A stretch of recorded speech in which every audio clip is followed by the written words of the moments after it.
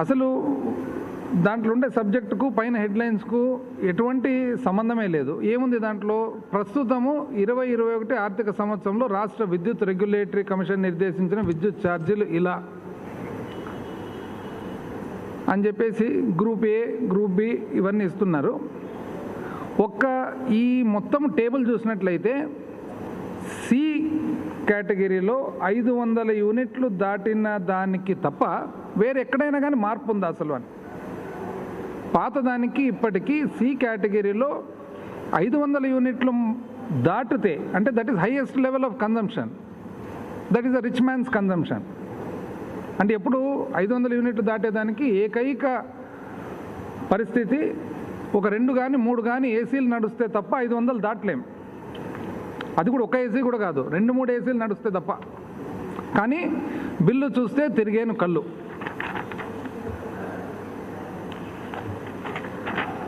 ఈనాడు విద్యుత్ బిల్లు పట్టుకుంటే షాక్ కొడుతుంది. అధికార ప్రతినిధి బోండా ఉమామేశ్వరరావు గారు ఎక్కడ షాక్ కొట్టిందో అర్థం కావడంలే. అసలు షాక్ కొట్టేదానికి అవకాశమే లేదే. పాతదానికి కొట్టడానికి మార్పే లేదు. షాక్ ఈయనకి ఎందుకు కొట్టిందో నాకు అర్థం కావడంలే. అంటే ఈ బిల్లు చూసి షాక్ కొడుతుందో లేకుంటే పాపం అధికారం లేక అలవాటు అయిపోయి 5 సంవత్సరాలు ఇప్పుడు షాక్ కొడుతుందో కానీ షాక్ అంట.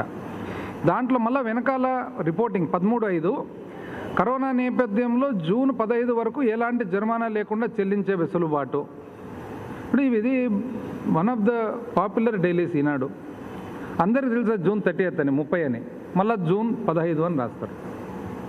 అందరికీ తెలుసు 30వ తేదీ వరకు ప్రభుత్వం ఆ వెసులుబాటు ఇచ్చింది, ముఖ్యమంత్రి గారు స్వయాన చెప్పినారు. అయినా దాన్ని జూన్ 15th అని రాస్తారు. And this is the popular daily, one of the most popular dailies. Next current పిడుగు. లాక్డౌన్ వేళ విద్యుత్ బిల్లుల మూత, వినియోగదారుల నెత్తిన బిల్లుల బాంబు.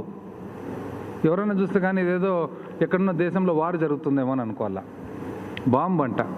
సి కేటగిరీకి భారీగా ఛార్జీల పెంపు. ఆంధ్రజ్యోతి 10 మే 2020. కరెంటు పిడుగు. దాంట్లో మళ్ళీ రిపోర్టింగ్లో ఏం రాస్తారంటే, కరోనా వ్యాప్తిని అరికట్టేందుకు లాక్డౌన్ విధించిన నేపథ్యంలో ఏప్రిల్లో మీటర్ రీడింగ్ తీయలేదు. మార్చిలో ఎంత బిల్లు వేస్తే అంత బిల్లును ఏప్రిల్లో కూడా చెల్లించాలని విద్యుత్ సంస్థలు సూచించాయి. ఏప్రిల్ నుంచి కొద్ది మొత్తంలో ఛార్జీలు పెరిగినా అవి వాణిజ్య వినియోగదారులకే తప్ప సామాన్యులు కాదని విద్యుత్ సంస్థలు చెబుతూ వచ్చాయి. యాక్చువల్గా 500 యూనిట్లు దాటి ఎక్కడ లేదే మార్పు. ఎందుకు ఇవన్నీ బాంబు, పిడుగు, ఏదో ఇవన్నీ ఇన్ని వర్డ్స్ వాడుతున్నారు, మాకు అర్థం కావడం లేదు. తర్వాత సి కేటగిరీకి పాత కొత్త ఛార్జీలు ఇలా ప్రతి యూనిట్కు అని చెప్పి రాస్తారనమాట. ఏమని రాస్తారు? 0 నుంచి 100 వరకు, అంటే ఇది పాత ఛార్జీ. 0 నుంచి 100 వరకు ₹2.60, 100 నుంచి 200 వరకు ₹3.60, 200 నుంచి 300 యూనిట్ల వరకు ₹6.90, 300 దాటితే ₹7.75. కొత్త ఛార్జీ 0 నుంచి 50 వరకు ₹2.60, 50 నుంచి 100 వరకు ₹3.30, 100 నుంచి 200 వరకు ₹5.40, 200 నుంచి 300 వరకు ₹7.10, 300 నుంచి 400 వరకు ₹7.95, 400 నుంచి 500కి ₹8. ఎంత రాంగ్ రిపోర్టింగ్ చేస్తారంటే యాక్చువల్గా ఎంత ఉన్నాయి అవి యాక్చువల్ ఛార్జెస్?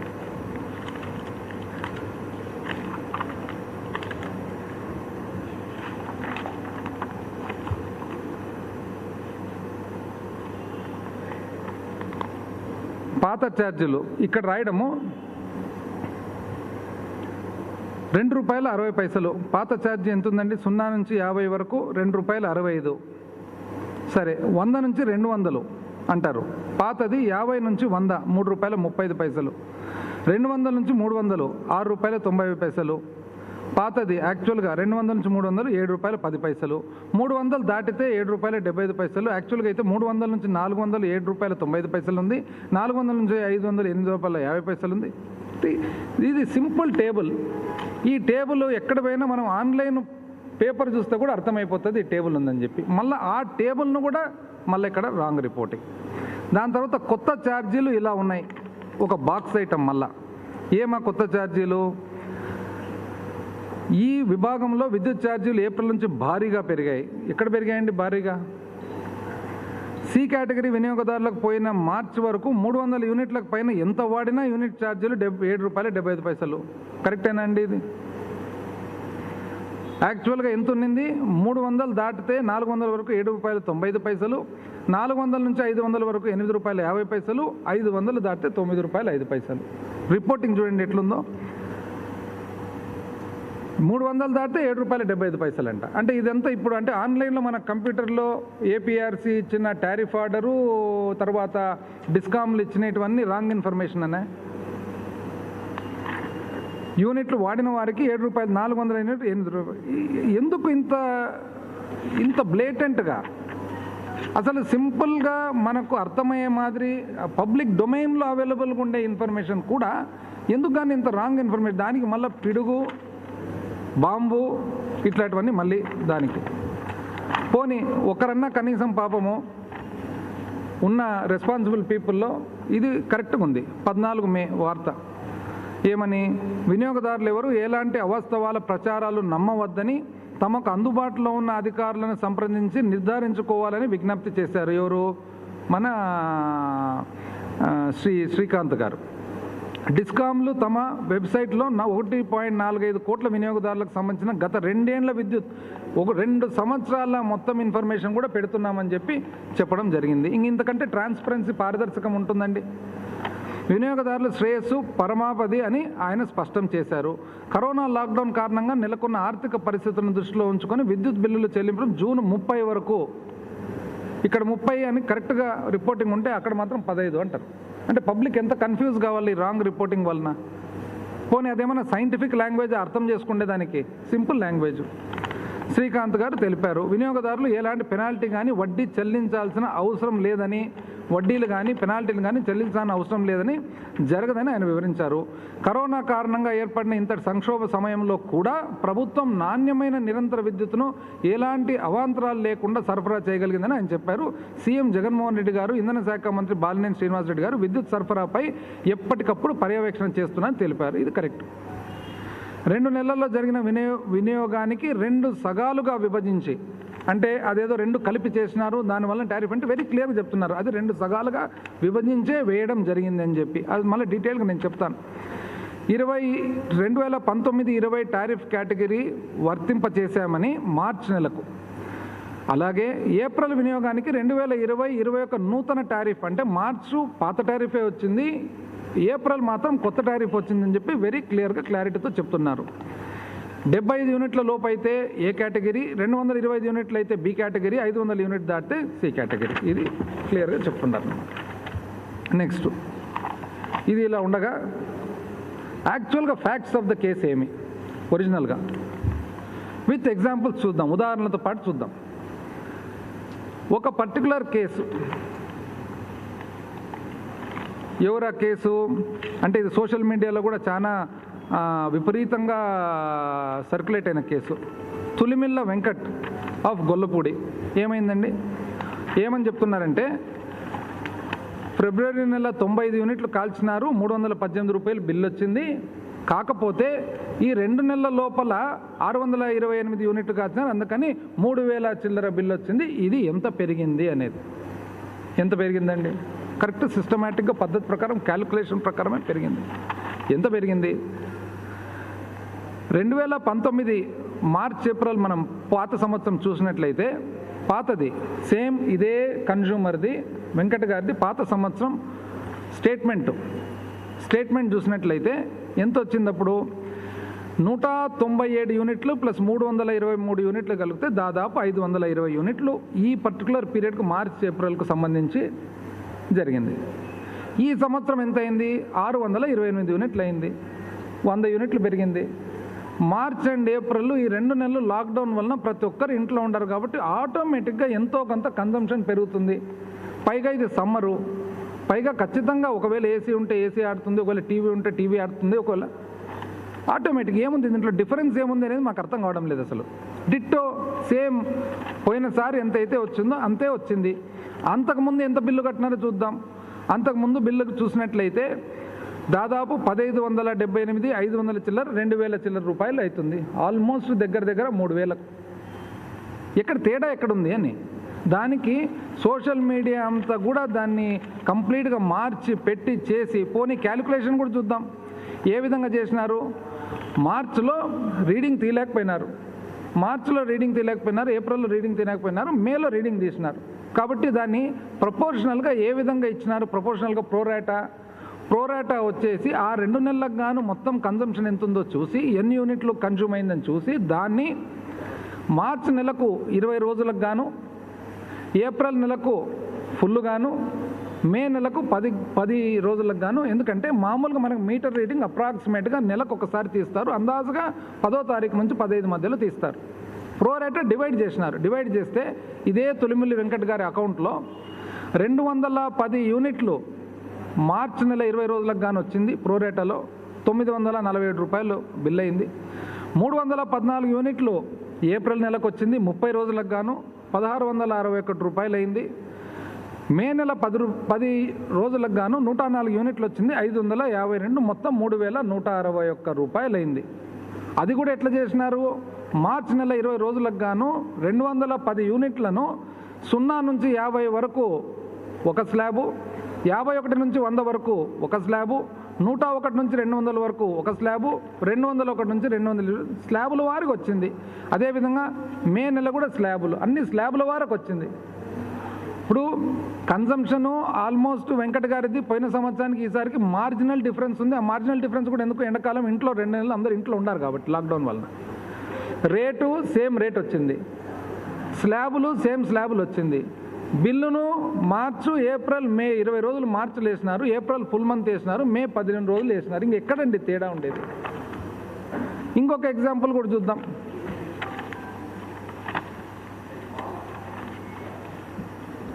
ఇది వచ్చేసి వై మురళీకృష్ణ గుణదాల, ఇది ఒక ఎగ్జాంపుల్. ఇది కూడా సోషల్ మీడియా. ఇది లెక్కేసినాం. పోయిన సంవత్సరము మార్చ్ నుంచి జూన్ వరకు లెక్కేసినాం. మార్చ్, ఏప్రిల్, మే, జూన్ 5 నెలలు లెక్కేసినాం. అంటే ఫిబ్రవరి, మార్చ్, ఏప్రిల్, మే, జూన్ యావరేజ్ రావాలని చెప్పేసి 511 యూనిట్లు మార్చ్ బిల్లు అంటే ఫిబ్రవరి కన్జంప్షను, 983 యూనిట్లు April March consumption, 1022 June April consumption, May April consumption. అట్లా లెక్కేస్తే మొత్తం 511 ప్లస్ 983 ప్లస్ 1022 ప్లస్ 1285 ప్లస్ 1365 లెక్కేస్తే 5 నెలలతో భాగిస్తే 1033 యూనిట్లు కాలింది. ఈసారి 3 నెలలు లెక్కేసినాం మార్చి నుంచి, ఎందుకంటే మన దగ్గర 3 నెలల ఫిగర్స్ ఉన్నాయి కాబట్టి. మార్చ్, ఏప్రిల్, మే లెక్కేస్తే 542 ప్లస్ 2 నెలలు కలిసి 2522, 3 కలిపి 3 భాగిస్తే 1000 చిల్లర, 1030 చిల్లర. సో ఎక్కడ డిఫరెన్స్ ఎక్కడ వస్తుంది అని. పోనీ ఇంకా మిగతా చోట్ల కూడా ఎట్లా జరుగుతుందని చెప్పి అది కూడా చెక్ చేయడం జరిగింది. రాజమండ్రిలో తీసినాం. రాజమండ్రిలో తీస్తే ఒక ఉదాహరణ 133 యూనిట్లు కాల్చిన మీటర్ ఉదాహరణ తీస్తే మార్చికి 20 రోజులకు గాను 33 ఒక కేటగిరీలో, 0 నుంచి 50 కేటగిరీలో, 50 నుంచి 75 కేటగిరీలో 11, కాబట్టి 44 యూనిట్లు. ఏప్రిల్ నెలకు 67 యూనిట్లు, మే నెలలో 10 రోజులకు 22 యూనిట్లు స్లాబుల వారికి ఉంది. అదేవిధంగా రాజమండ్రిలో ఇంకొక కేసు 300 యూనిట్లు కాల్స్తే 100 యూనిట్లు మార్చిలో వేయడం జరిగింది, 150 యూనిట్లు ఏప్రిల్ వేయడం జరిగింది, మేలో 10 రోజులకు 50 యూనిట్లు వేయడం జరిగింది. ఇంకొకటి కూడా 1483 యూనిట్లు కాల్చినది కూడా చూడడం జరిగింది. 519 యూనిట్లు మార్చిలో 20 రోజులకు వేయడం జరిగింది, ఏప్రిల్లో 742 యూనిట్లు వేయడం జరిగింది, మేలో 222 యూనిట్లు వేయడం జరిగింది. ఎక్కడ డిఫరెన్స్ ఎక్కడుంది అని. కేవలము డిఫరెన్స్ ఎక్కడుందంటే ప్యూర్లీ ఎప్పుడైతే ఈ 2 నెలలు మీటర్ రీడింగ్ తీలేదో 2 నెలలది కలిసి ఒకటేసారి వచ్చేటప్పటికి ఎప్పుడైతే స్లాబ్ మారుతుందో ఆ స్లాబు కట్టేటప్పటికి ఎక్కువ కనపడింది. ఏదైతే మార్చిలో ఫిబ్రవరి నెలది అడ్వాన్స్ కింద కట్టించుకున్నానో దాన్ని మైనస్ చేయడం జరిగింది. పోయిన సంవత్సరంతో పాటు పోల్చుకుంటే సేమ్ అంతకంతే ఉంది. కానీ దాన్ని మార్చి పెట్టి చేసి ఇది ఏదో కొత్త టారిఫ్ ఇచ్చినారు, కొత్త ఇది ఇచ్చినారు, దానివలన మారింది పెట్టింది అని చెప్తున్నారు. వాస్తవానికి టారిఫ్ కూడా ఏ విధమైన టారిఫ్, అసలు స్టాటిక్ అంటే ఏమి, డైనమిక్ అంటే ఏమి? స్టాటిక్ అనేది ఎవరు చూస్తున్నారు? అసలు స్టాటిక్ ఇంతవరకు వేరే ఎక్కడైనా కానీ స్టాటిక్ అనే పద్ధతి ఎక్కడైనా కానీ వాడినారా? ఒక్క ఆంధ్రప్రదేశ్ రాష్ట్రం తప్ప. ఆంధ్రప్రదేశ్ రాష్ట్రంలో ఈ స్టాటిక్ అనే పద్ధతి ఎప్పుడు వచ్చిండేది? మొత్తం హిస్టారికల్గా చూసినట్లయితే ఆంధ్రప్రదేశ్లో ఇది 2013-14 వరకు రెండే గ్రూపులు ఉండేటివి, 0 నుంచి 50, 50 నుంచి పైకి. దాన్ని కాస్త గత ప్రభుత్వము 2014 వచ్చిన తర్వాత మామూలు మాదిరిగానే ఆలోచన ఎక్కువ, కన్సల్టెంట్లు ఎక్కువ, కోట్లాది రూపాయలు కన్సల్టెంట్లకు ఇచ్చి వాళ్ళు 30 రకాలు తయారు చేసినారు కేటగిరీలు, ఏ అని, బి అని, సి అని, దాంట్లో దాంట్లో. వేరే రాష్ట్రాలు చూసినా కూడా, ఏ రాష్ట్రం చూసినా కూడా ఈ స్టాటిక్ అనే పద్ధతి 2016 నుంచి 19 వరకు వాడిన స్టాటిక్ అనే పద్ధతి ఏ రాష్ట్రంలో కూడా లేదు, ఆంధ్రప్రదేశ్ తప్ప. ఎందుకు ఆ స్టాటిక్ అనే పద్ధతి పెట్టినారు? ఎందుకంటే పేరుకు ఎవరికి పెంచకుండా, ఖర్చులు డిస్కామ్లో పెరిగినా, జనరేటింగ్ కంపెనీస్ పెరిగినా కూడా పబ్లిక్కు టారిఫ్ పెంచకుండా వేరే కేటగిరీలో పెట్టి ఎక్కువ లాగాల వాళ్ళ నుంచి అనే ఉద్దేశంతో గత ప్రభుత్వం చేసినది స్టాటిక్ పద్ధతి. అంటే ఈ మేధావులు చేసిన స్టాటిక్ పద్ధతి ఎక్కడే కానీ భారతదేశంలో ఫాలో కావడం లేదు. ఇప్పుడు ఈసారి ఏపీఆర్సీకి వచ్చేటప్పటికి ఏమైంది? ఏపీఆర్సీ ఈ సంవత్సరము ఎంతోమంది రిప్రజెంటేషన్స్ తీసుకున్నారు. ఆ రిప్రజెంటేషన్స్ ఎవరెవరు తీసుకున్నారు? ఇంక్లూడింగ్ ఏవైతే కన్జ్యూమర్ ఫోరమ్స్ ఉండారో వాళ్ళవి, ఇంక్లూడింగ్ కమ్యూనిస్టు పార్టీలతో తీసుకొని డైనమిక్ పద్ధతికి అని చెప్పి ఏపీఆర్సీ టారిఫ్ ఆర్డర్లో ఈసారి చెప్పడం జరిగింది. చివరకు కొన్ని ఏపీఆర్సీ టారిఫ్లో మనం చూసినట్లయితే ఎంతోమంది రిప్రజెంటేషన్స్, ఉదాహరణకు కాకర్ల గురుస్వామి నాయుడు, సూర్యనేని వారిపల్లి, పాకాల మండలం, చిత్తూరు డిస్ట్రిక్ట్ ఏమన్నాడు? స్టాటిక్ పద్ధతుల్లో సార్ పోయిన సంవత్సరం అంతా కాల్చినది తీసుకొని దాని యావరేజ్ తీసుకొని ఈ సంవత్సరం కేటగిరీ పెడితే ఆ సంవత్సరంలో ఏం కాల్చింటామో, ఎట్లా కాల్చింటామో, ఆ మీటర్ ఎవరు వాడింటారో మాకు ఎట్లా తెలుస్తుంది? ఇది ఏ రోజుకు ఆ రోజు మన వాడకం బట్టి ఉండాలి, కానీ పోయిన సంవత్సరం యావరేజ్ తీసుకొని పెడితే, ఉదాహరణకు ఎవరికన్నా కానీ పోయిన సంవత్సరము మామూలుగా మీటర్ ఇంతే కన్జంప్షన్ ఉంటుంది, ఇంట్లో ఒక ఫంక్షనో పెళ్ళో ఉంటుంది, అది ఎప్పుడో జీవితంలో ఒక్కసారి వచ్చేది, దానివల్ల ఎప్పుడైతే పెరుగుతుందో జీవితకాలం అంతా పెరిగిన టారిఫ్ పెట్టాలంటే ఎట్లా తప్పు కదా? ఏ రోజు మనం వాడకం బట్టి ఆ రోజుకు ఉండాలి డైనమిక్ అని చెప్పినారు. నాచుకూరు మునిరత్నం రెడ్డి గంగుపేట గానుగానిపేట విలేజ్, చిత్తూరు డిస్ట్రిక్టు ఉదాహరణ. పి సుబ్రహ్మణ్యం యాదవ్, సూర్యనేని వారిపల్లి, వాళ్ళు ఏమన్నారు? పోయిన సంవత్సరం వద్దు సార్ దయచేసి, ఇది తప్పు అని చెప్పి. అదేవిధంగా మున్స్వామి నాయుడు, కుందేటి వారిపల్లి, చిత్తూరు డిస్ట్రిక్టు, పోయిన సంవత్సరం ఇది కరెక్ట్ కాదు. అంటే ప్రతి ఒక్కరు కూడా ఏమంటున్నారంటే ఈ పోయిన సంవత్సరం యావరేజ్ తీసుకునే స్టాటిక్ పద్ధతి ఏదైతే ఉందో అది వద్దు సార్ అని చెప్పేసి. మనకు ఎప్పటి నుంచి వచ్చింది ఇది? కేవలం ఈ గ్రూపింగ్ అంతా కూడా 2016-17 నుంచి. అంటే వీళ్ళు 2013-14లో ఏర్పాటు చేసుకున్న తర్వాత ప్రభుత్వం ఒక సంవత్సరం పాటు 3 కాక 4 స్లాబ్లు కూడా పెట్టినారు, 4 కేటగిరీలో పెట్టినారు. ఒక సంవత్సరం తర్వాత మార్చి మళ్ళా దాన్ని 3 అనవసరమైన 3 కేటగిరీలు చేసి స్టాటిక్ అని పెట్టి మొత్తం ప్రతి ఒక్కరిని కన్ఫ్యూజ్ చేసి పెట్టినారు. ఈరోజు ఆ కన్ఫ్యూజన్ వద్దని చెప్తే ఈరోజు దాన్ని ఒక 2 నెలలు కోవిడ్ను అడ్డం పెట్టుకొని, కోవిడ్ వలన జరిగిన మీటర్ రీడింగ్ లేనందువలన ఒక రీడింగ్ వస్తే ఇంత రాజ్యాంగం చేసి ఎన్ని రకాలుగా బాంబు అని ఒకరు, పిడుగు అని ఒకరు, ఏ బాంబు ఏం పిడుగు. లాస్ట్కు అసలు టారిఫ్స్ చూసినట్లయితే, పాత పద్ధతి చూసినట్లయితే వేరే రాష్ట్రాలతో పోలిస్తే నిజం చెప్పాలంటే ఆంధ్రప్రదేశ్ రాష్ట్రము లోవర్ సెక్షన్ 200 యూనిట్ల కంటే తక్కువ కన్జంప్షన్ ఉండే కన్జ్యూమర్స్కు ఆంధ్రప్రదేశ్ రాష్ట్రం భారతదేశంలో వన్ ఆఫ్ ద అన్నిటికంటే తక్కువ ఉంది, దాదాపు తక్కువ ఉండే రాష్ట్రాల్లో ఒకటి. ఆంధ్రప్రదేశ్ రాష్ట్రంలో ఎప్పుడు టారిఫ్స్ పెరిగినాయి? ఓన్లీ హయ్యర్ కన్జంప్షన్ 200-250 యూనిట్లు దాటిన తర్వాత మాత్రమే ఉంది. ఈరోజు చూసినట్లయితే 0 నుంచి 50 యూనిట్లు వాడకం చూస్తే ఆంధ్రప్రదేశ్ రాష్ట్రంలో ₹1.45 ఉంటే తమిళనాడులో ₹2.50, కర్ణాటకలో ₹3.75, గుజరాత్లో ₹3 చిల్లర, రాజస్థాన్లో ₹3 చిల్లర, మహారాష్ట్రలో ₹4 చిల్లర. ఓన్లీ ఆంధ్రప్రదేశ్ ఎక్కడుంది? 200-250 యూనిట్లు దాటితే అంటే రిచర్ కన్జ్యూమర్కి వచ్చేటప్పటికి. అండ్ పెంచినది కూడా ఎప్పుడు? ఓన్లీ 500 యూనిట్లు దాటిన వాళ్ళకు మాత్రమే అని చెప్పి వెరీ క్లియర్గా మనకు అర్థమవుతూ ఉంది. ఈ పరిస్థితుల్లో మళ్ళీ వీళ్ళు టాల్ క్లెయిమ్స్ ఏమని చెప్తారంటే, అసలు బ్రహ్మాండంగా మా మాదిరి ఎవరు చేయరు, ఇంకా వాళ్ళు మళ్ళీ చెప్పుకోవడం అనమాట. ఏమని? మా మాదిరి ఇంతవరకు ఎవరు కరెంటు డిస్కామ్లను నడపలేరు, చూద్దాం, అది కూడా చూద్దాం ఎట్లా నడిపినారు వీళ్ళు అనేది. 2014 మార్చు మార్చి 31, 2014 ఒక ఇండికేటర్గా చూసుకుంటే, 2019 మార్చి 31 ఒక ఇండికేటర్గా చూసుకుంటే, అంటే గత ప్రభుత్వము పాలిచ్చిన 5 సంవత్సరాలు, 31 డిసెంబరు అంటే మార్చి నుంచి కొత్త ప్రభుత్వం వచ్చిన తర్వాత ఒక ఇండికేటర్గా చూసుకుంటే డిఫరెన్స్ ఒకటి చెప్తాను. పవర్ పర్చేజ్ డ్యూస్ అంటే మనము విద్యుత్ కొన్న తర్వాత మనము కంపెనీలకు కట్టాల్సిన డ్యూస్ ఎంత ఉన్నాయండి? 2014 మార్చు అంటే గత తెలుగుదేశం ప్రభుత్వం వచ్చేటప్పటికి 4,900 కోట్లు ఉన్నింది. వాళ్ళు దిగిపోయేటప్పటికి ఎంత అండి చేసిండేది? దాన్ని డ్యూ అంటే కట్టాల్సినది ఎంత చేసిండేది? 20,100 అంటే 5 అంతలు కట్టవలసినది పెంచినారు. కానీ బ్రహ్మాండంగా మా మాదిరి అసలు మా మేధస్సు ఎవరికి లేదు, మా పరిపాలన ఎవరికి లేదు, విద్యుత్ శక్తి గురించి మాకు తెలిసినది కూడా ఎవరికి లేదు అని అంటారనమాట. డిసెంబర్ 19కి ఈ ప్రభుత్వం ఎంతకు తెచ్చిందండి? 15,000 కోట్లు. అంటే 5,000 కోట్లు కట్టుకుంటూ వచ్చినాం డ్యూస్. సబ్సిడీలు, ప్రభుత్వం ఇవ్వాల్సిన సబ్సిడీలు, డొమెస్టిక్ సబ్సిడీ అయితేనేమి, SC/ST సబ్సిడీ అయితేనేమి, వ్యవసాయానికి సంబంధించిన సబ్సిడీ అయితేనేమి, 2014 మార్చిలో 0 ఉంటే 2019కి 7,172 కోట్లు కట్టవలసి ఉంది డిస్కామ్లకు. 7,100 చిల్లర కోట్లు. ఈ ప్రభుత్వము డిసెంబర్ లోపల ఎంతండి చేసిందంటే వాస్తవానికి 6 నెలల పరిపాలన, జూన్ నుంచి చూస్తే 6 నెలల పరిపాలన ఎంత చేసిండేది? 3,900కు తగ్గించింది. అంటే ఎంత కట్టినట్లు అప్పుడు? దాదాపు 5,000 కోట్లు కట్టినట్లు.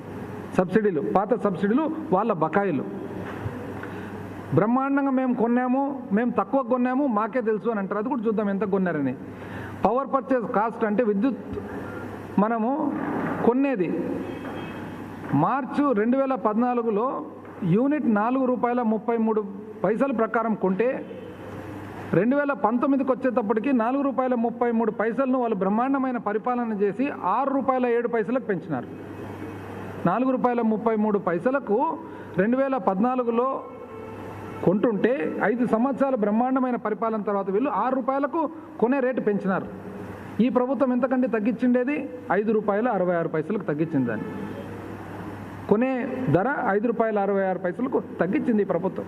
ఎంత సమయంలో? 6 నెలల్లోనే. ARR actuals, aggregate revenue requirement అంటే ఎంతైతే అవసరం ఉంటుందో మనకు డబ్బులు పవర్ విద్యుత్తును కొనేదానికి ₹5.77 యూనిట్కు అవసరం ఉంటే ఇప్పుడు 2014లో ₹6.80 పెంచింది. దాన్ని బ్రహ్మాండమైన పరిపాలన చేసి టీడీపీ ప్రభుత్వం. ఈ ప్రభుత్వం 6 నెలల్లో ఎంతకు తెచ్చిందండి? ₹5.76 అంటే ఇంచుమించు 2014 సమయానికి ఏ రేట్ అయితే, ఏ డబ్బులు అయితే అవసరం ఉందో ఆ డబ్బులకు తగ్గించింది. పవర్ పర్చేజ్ డ్యూస్ రిలీజు అంటే ఏదైతే మనము ఉత్పత్తిదారులకు డబ్బులు కట్టాలనో విద్యుత్ కొనేదానికి వాళ్ళ డ్యూసు 2018-19లో ఒక సెంట్రల్ జనరేటింగ్ స్టేషన్స్ అంటే NTPC వీళ్ళందరూ ఎవరైతే ఉన్నారో కేంద్రానికి సంబంధించిన ఉత్పత్తిదారులకు 5,161 కోటి డ్యూ ఉంది, కట్టేది ఉంది క్యుములేటివ్గా. ఎక్కడి నుంచి అది? 1,600 ఉండేది 2014-15లో 1,600 కోట్లు కట్టవలసినది ఉంటే గత ప్రభుత్వం దాన్ని 5,161 కోట్లకు పెంచింది. అంటే 4,000 కోట్లు కట్టవలసినది బకాయిలు పెంచితే ఈ ప్రభుత్వం 4,100కు తగ్గించింది. అంటే దాదాపు 6 నెలల్లోనే కట్టవలసిన దానికంటే ఒక 1,000 కోట్లు ఇంకా ఎక్స్ట్రా కట్టింది. కడుతూ మనం మామూలుగా వాడేది కడుతూ 1,000 కోట్లు ఎక్కువ కట్టింది. జెన్కో డ్యూసు మన ఏపీ జెన్కో కట్టాల్సినది 2,100 కోట్లు 2014లో కట్టేది ఉంటే 2,100 కోట్లు 2014లో కట్టేది ఉంటే గత ప్రభుత్వం బ్రహ్మాండమైన పరిపాలన చేసి రోజు చెప్పుకుంటారు కదా మా మాదిరి ఎవరికి లేదు చిత్తశుద్ధి అని చెప్పి. అది కూడా పవర్లో ఎక్స్పర్ట్ అంట వాళ్ళు. మళ్ళీ అది ప్రత్యేకంగా చెప్తారు పవర్లో మేము ఎక్స్పర్ట్స్ అని చెప్పి. 2,100 కోట్లు ఉండే జెన్కో డ్యూసు 11,350 కోట్లకు పెంచింది. ఈ ప్రభుత్వం ఎంతండి దాన్ని తగ్గించిండేది?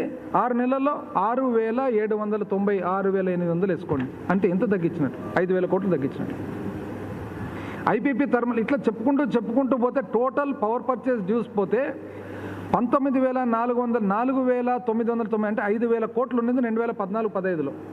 5,000 కోట్లు ఉండేది 19,400 కోట్లకు పెంచింది. అంటే 15,000 కోట్లు పెంచితే ఈ ప్రభుత్వం దాన్ని 14,000 కోట్లు అంటే 5,000 కోట్లు ఎక్స్ట్రా కట్టింది 6 నెలల్లోనే. సబ్సిడీలు చూద్దాం.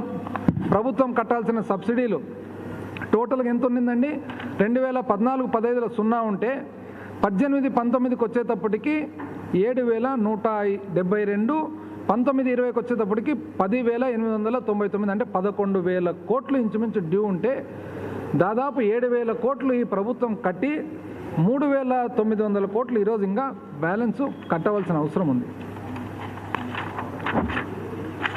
ఏ ఇండికేటర్ అయినా చూడండి అసలు, ఎందుకంటే వాళ్ళకి ఊరికి మాట్లాడేది వేరే, ఫిగర్స్తో పాటు రమ్మనంది ముందరికి చూద్దాం. లోన్ అవుట్ స్టాండింగ్ ఎంత ఉందండి? మొత్తము ఎస్పీడీసీఎల్ కానీ, ఈపీడీసీఎల్ కానీ, ట్రాన్స్కో కానీ, జెన్కో కానీ, పీపీడీసీఎల్ కానీ, అంటే మనకున్న బోత్ జనరేటింగ్ సంస్థ, సరఫరా సంస్థ రెండు చూసినట్లయితే 2014-15 అప్పు ఎంత ఉన్నింది అందరూ కలిస్తే 31,650 కోట్లు ఉన్నింది. ఈ ప్రభుత్వము 2014 నుంచి 15 ఎంతకండి పెంచిండేది వాళ్ళు?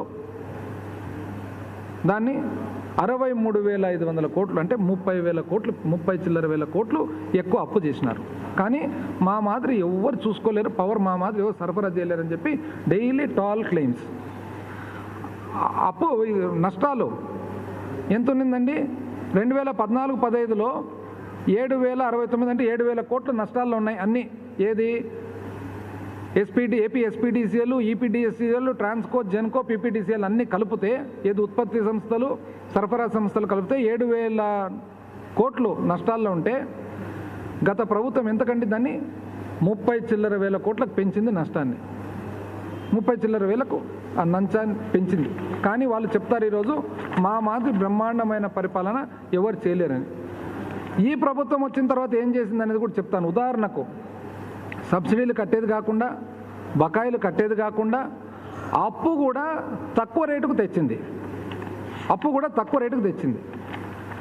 చివరకు ఎక్స్చేంజ్ నుంచి కొంటున్నాం, టెంపరీ కొంటాం. టెంపరీ కొనేది అక్టోబర్, ఒక ఉదాహరణకు అక్టోబర్ 2018 వాళ్ళ ప్రభుత్వంలో చూస్తే ₹6.75 మాదిరిగా యూనిట్ కొనింది ఎక్స్చేంజ్లో నుంచి. 2019 అక్టోబర్ చూస్తే ₹3.40 మాదిరిగా ఈ ప్రభుత్వం కొనింది. అంత తేడా ఉంది. అంత తేడాతో పాటు చివరకు ఇండియన్ ఎక్స్ప్రెస్లో ఎంత బ్యూటిఫుల్ చూడండి ఒక ఆర్టికల్, ఇప్పుడు 22 April, Transco saves 102 crores in 3 weeks by procuring power at ₹2.51. అంటే ఎక్స్చేంజ్లో కొనేది చాలా చిత్తశుద్ధితో జాగ్రత్తగా కొంటూ 100 చిల్లర కోట్లు మిగిలిచ్చింది అనేది కూడా ఈరోజు మనకు తెలుస్తూ ఉంది. మళ్ళీ ఈ పరిస్థితుల్లో ఇది ఈ విధంగా పెట్టుకొని వీళ్ళు ప్రతిరోజు ఈ తప్పుడు సమాచారం ఇస్తూ, తప్పుడు ఆలోచనలు పబ్లిక్లో కలిగిస్తూ, తప్పుడు భయము కలిగిస్తూ, ఏమీ కాదు, వచ్చే నెల బిల్లు వచ్చేటప్పటికి అందరికీ అర్థమైపోతుంది ఈ 2 నెలలు పెండింగ్ ఉన్న దానివల్ల ఇది వచ్చింది తప్ప మామూలుగా యథావిధిగా సిస్టంలోకి వచ్చేస్తుంది. ఒక్క 500 యూనిట్లు దాటిన వాళ్ళకు మాత్రమే యూనిట్కు 90 పైసలు పెరుగుతుంది. ఈరోజు ఏపీఆర్సీ ఇచ్చిన టారిఫ్ వలన, ఆ నిర్ణయం వల్ల జరిగే లాభం కూడా ఏమంటే, ఆ లాభంలో భాగంగా ఎవరైతే పోయిన సంవత్సరం నుంచి బేస్ చేసుకొని ఉండారో అట్లా కాకుండా ఏ నెలకు ఆ నెలకు మన వాడకాన్ని బట్టి, మన కన్సంప్షన్ను బట్టి ఈరోజు వస్తాయి. దీన్ని అన్ని రకాలుగా అనవసరంగా రాజకీయం చేయాలని ఇప్పుడు పరిస్థితి ఏదంటే ఇప్పుడు యాక్చువల్గా వాస్తవానికి కోవిడ్తో అల్లాడిపోతూ ఉన్నారు. ఎవరు అల్లాడిపోతూ ఉన్నారు? అన్ని డిపార్ట్మెంట్లలో పనిచేసే వాళ్ళు, ప్రజలు, medical and health department, municipal, Panchayati Raj, ప్రభుత్వానికి సంబంధించిన ప్రతి ఒక్క డిపార్ట్మెంట్ వాళ్ళు పనిచేస్తున్నారు. సిమిలర్లీ ఎలక్ట్రిసిటీ డిపార్ట్మెంట్ కూడా పనిచేస్తున్నారు. ఈరోజు ప్రభుత్వం అంతా కూడా పనిచేస్తూ ఉంది. ఇట్లాంటి పరిస్థితుల్లో దీన్ని తీసుకొని తప్పుడు సమాచారం తెచ్చి దాన్ని ఏదో తప్పుగా దింపాలా, పబ్లిక్ లేక కేవలం రాజకీయం చేయాలి. ఇంతకుముందు కూడా చెప్పినాం, రాజకీయం చేసేదానికి చాలా టైం ఉంది, ఇంకా 4 సంవత్సరాలు ఉంది, దాటినేయండి. రాజకీయం చేసేటప్పుడు కూడా వాస్తవాలతో చేయండి. అవాస్తవాలు చెప్పి అన్యాయంగా పబ్లిక్ అందరినీ కూడా తప్పుదోవ పట్టించి, పబ్లిక్ అందరికి కూడా ఏదో ఒకటి భయం సృష్టించి పరిపాలన మీద, ఎందుకంటే పరిపాలన బ్రహ్మాండంగా సవ్యంగా సాగుతూ ఉంది. ఏదైతే మేనిఫెస్టో ఉందో మేనిఫెస్టో ప్రకారంగా ఈరోజు అమల్లోకి అన్నీ వస్తున్నాయి. ముఖ్యమంత్రి గారు every day almost all departments on ఒక పీరియాడికల్ బేసిస్ మీద సమీక్షిస్తూ ఒక సిస్టమేటిక్ పరిపాలన ఇస్తే వీళ్ళకు అర్థం కాక అనవసరంగా ఇటువంటి నిజం చెప్పాలంటే అబద్ధాలు అనే పదం వాడాల్సి వస్తుంది. కాబట్టి దయచేసి అందరికి కూడా తెలియజేస్తూ ఉన్నాము, ఎవరు కూడా వీళ్ళు చేసే ఈ తప్పు ప్రచారం నమ్మొద్దండి. నెక్స్ట్ మంత్ నుంచి వచ్చే నెల నుంచి ఆటోమేటిక్గా ఎప్పుడైతే మన కన్సంప్షన్ వస్తుందో నెలకు పోయిన ఎందుకంటే ఇప్పుడు 2 సంవత్సరాలది ఆన్లైన్ పెట్టమంటున్నాం. 2 సంవత్సరాలు ఆన్లైన్ పెట్టినప్పుడు ప్రతి ఒక్కరు కూడా పోయిన సంవత్సరం మనం ఎంత వాడుకున్నాం, అంతకుముందు ఎంత వాడుకున్నాం అనేది మనకే తెలిసిపోతుంది. ఈరోజు డైనమిక్ సిస్టమ్కు స్టాటిక్ నుంచి డైనమిక్ మార్చినందువలన దాని లాభం ఏమనేది జూన్ జూలైకి అంతా అందరికీ తెలుస్తుంది. జనరల్గా ఏమవుతుందంటే ఎవరైనా కానీ అందరం కూడా సహజంగా మానవులమందరం కూడా మంచి జరిగినప్పుడు మనం జనరల్గా బయట చెప్పుకోము. కాకపోతే మంచి అనేది నెక్స్ట్ జరుగుతుంది, జరిగినప్పుడు ఆటోమేటిక్గా పబ్లిక్కే తెలుస్తుంది. ఏదంటారు?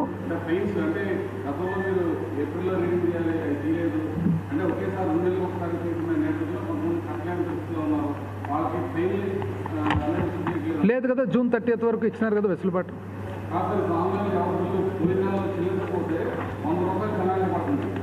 జూన్ 30th 30 వరకు వెసులుబాటు ఇచ్చినారు కదా. ఇప్పుడు అదే కదా, ఇప్పుడు ఈరోజు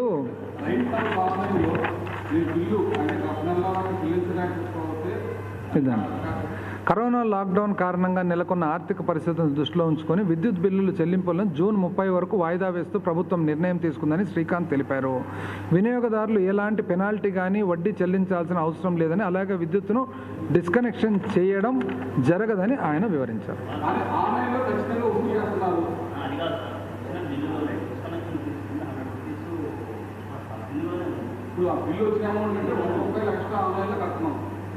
అదేమన్నా స్టాండర్డ్ సాఫ్ట్వేర్ ఫార్మాట్లో వచ్చి ఉంటుందేమో. Will take care of that.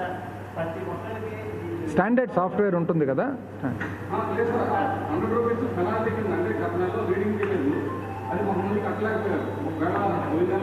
అదే చెప్తున్నా కదా, ఇప్పుడు సాఫ్ట్వేర్ అనేది ఎప్పుడు కూడా సాఫ్ట్వేర్ అనేది ఎట్లంటే ఒక స్టాండర్డ్ ఫార్మాట్లో ఉంటుంది.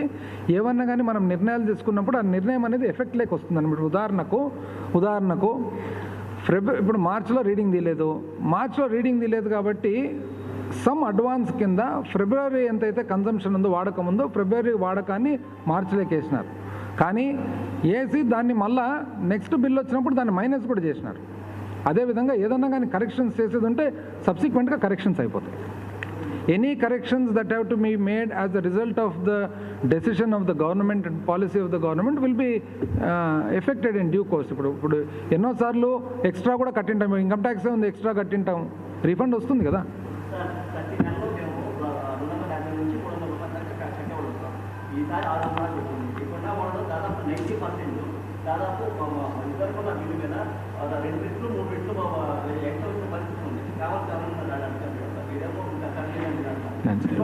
నేను చెప్తున్నాను కదా, ఈ స్లాబ్ సిస్టమ్ అనేది మీకు బై నెక్స్ట్ మంత్ మీకే అర్థమైపోతుంది. వచ్చే నెలకంతా ఏ విధంగా వచ్చిందనేది మీకే అర్థమైపోతుంది.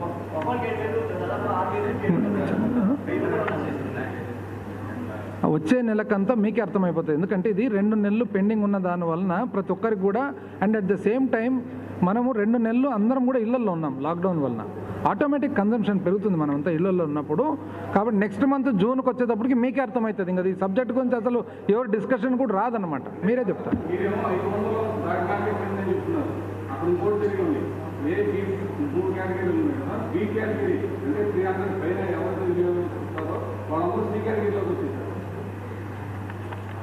ఆ shift is very marginal. Shift ఎట్లా మార్జినల్ అంటే నేను చెప్తా, అది కూడా చెప్తాను. 1 or 2% మాత్రము డైనమిక్లో ఎవ్రీ మంత్ తీస్తారు కాబట్టి షిఫ్ట్ అవుతుంది. కానీ అట్ ద సేమ్ టైం మనం గుర్తుపెట్టుకోవాల్సింది ఏమంటే ఆగస్టులో వర్షాలు పడిన తర్వాత వాపస్ ఎప్పుడైతే షిఫ్ట్ అవుతారో ఇమీడియట్గా షిఫ్ట్ అవుతారు. పాత స్టాటిక్ పద్ధతులు ఏమైతే సంవత్సరానికంతా కట్టాల్సి వస్తుంది. ఇప్పుడు లెటర్స్ పాత స్టాటిక్ పద్ధతి అని అనుకుందాం, ఒకవేళ పాత పద్ధతి అనుకుందాం, ఏది మన మేధావులు 2014 తర్వాత తెలుగుదేశం మేధావులు పెట్టిన పద్ధతినే అనుకుందాం, భారతదేశంలో ఎక్కడ లేని పద్ధతి ప్రకారం వీళ్ళు పెట్టిన పద్ధతినే అనుకుందాం. ఒకవేళ ఏమైంది, ఇప్పుడు లాక్డౌన్ వచ్చింది అనుకుందాం, ఒకవేళ లాక్డౌన్ వల్ల ఏమైందో మనం అందరం ఇంట్లో ఉన్నామా, ఇంట్లో ఉన్నందుకు ఆటోమేటిక్ పెరుగుతుందే, ఇంకా వచ్చే సంవత్సరానికి కూడా ఇదే పడుతుంది. కనీసం ఇప్పుడు డైనమిక్ పద్ధతి వలన జూలైలో వర్షాలు పడిన తర్వాత ఎప్పుడైతే కరెంట్ కన్జంప్షన్ తగ్గిపోతుందో ఆటోమేటిక్ ఇమ్మీడియట్గా మీరు తగ్గిపోతారు. ఇప్పుడు ఏది బెటర్ అనేది ఆలోచన చేయండి.